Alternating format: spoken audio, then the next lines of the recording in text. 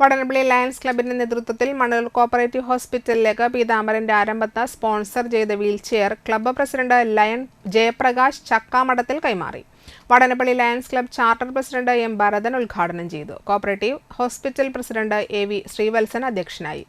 Honorary manager Sajeendran, പീതാംബരന്റെ ആരംഭത്ത് zone chairman Unnikrishnan, area chairperson Amruthakumari Jayaprakash, doctor Rajagopal, advocate Suresh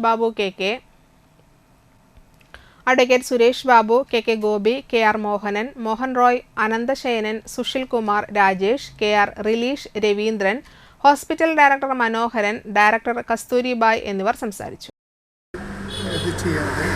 പീതാംബരനാണെങ്കിൽ പീതാംബരനോട് നേരത്തെ പറഞ്ഞു, ഒരു പ്രാവശ്യം പറഞ്ഞുള്ളൂ, ആ സമയം കൊണ്ട് തന്നെ അദ്ദേഹം അത് സമ്മതിച്ചു എന്ന് പറഞ്ഞു.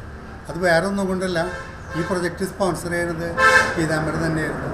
അതുകൊണ്ട് മെമ്പേഴ്സിൻ്റെ അടുത്ത് നിന്നും ഇതിനെപ്പറ്റി കൂടുതൽ ഈ അപ്രൂവൽ വാങ്ങിക്കേണ്ട ആവശ്യമുണ്ടായിരുന്നില്ല. പിന്നെ മാത്രമല്ല, പീതാംബരനും ഞങ്ങളുടെ മറ്റുള്ള എല്ലാ മെമ്പേഴ്സിൻ്റെ പോലെ തന്നെ ഏറ്റവും ശ്രദ്ധേയല്ലാന്ന് തോന്നിയിട്ടുള്ള ഒരു പ്രൊജക്റ്റ് നിങ്ങൾക്കൊക്കെ അറിയാം. മണലൂർ കണ്ടവനം പ്രൊജക്റ്റ് ചെയ്തിട്ടുള്ളതാണ് ഒരു ക്ലോത്ത് ബാങ്ക്.